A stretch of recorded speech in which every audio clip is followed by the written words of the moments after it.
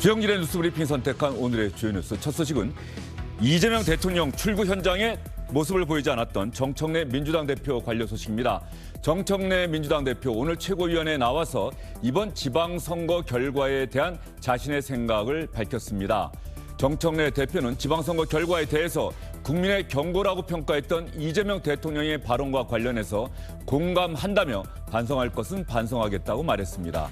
그런데 정청래 대표 최고위원들의 발언이 끝난 뒤 최고위가 끝나기 전에 갑자기 발언을 다시 한번 자청했습니다. 그러면서 이런 이야기를 했습니다. 국민을 이기는 정권은 없다. 국민은 영원하고 정권은 짧다. 이런 얘기를 했습니다. 왜 이런 얘기를 했고 정청래 대표의 이 발언에 담긴 의미는 과연 무엇일까요? 잠시 후 정치 여담 야담 시간에 자세히 풀어드리도록 하겠습니다. 제1야당 국민의힘 새 원내대표의 당권파 원조 친윤으로 분류되는 경남 출신의 삼선 의원 정점식 의원이 선출됐습니다. 오늘 오전에 열린 의원총회에서 정 의원은 결선 투표 끝에 부산의 사선 김도읍 의원을 7표 차로 따돌리고 당선했습니다. 정 의원은 장동혁 지도부에서 정책위 의장을 지냈는데 최근 초재선 의원 간담회에서는 장동혁 대표의 사퇴가 필요하다는데 공감한다는 뜻을 밝히기도 했습니다. 당선 후에 장 대표의 거취 문제에 대해 묻는 기자들의 질문에 대해서는 원내대표의 권한은 제한돼 있지만 의원들의 총의를 모아 진행해 나가겠다고 말했습니다. 이 얘기는 또 어떤 뜻일까요? 잠시 뒤에 풀어드리도록 하겠습니다.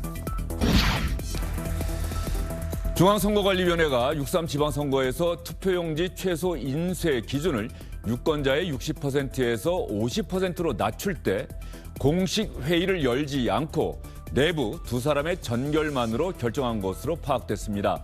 국민의힘 김승수, 김민전 의원이 중앙선관위로부터 제출받은 자료에 따르면 중앙선관위는 지난해 12월 별도의 회의 없이 사무총장 전결로 이런 내용의 방침을 정했고 사무편람도 선거정책실장 전결로 처리하는 것으로 나타났습니다. 미국과 이란이 호르무즈 해협에서 미군의 아파치 헬기 추락을 불씨로 보복에 재보복 공격을 주고받으며 무력 공박을 펼치고 있습니다. 미국이 이란의 군시사 시설과 통신탑 등을 겨냥해서 공습을 감행하자 이란도 중동 전역의 미군 기지를 상대로 미사일을 발사한 겁니다.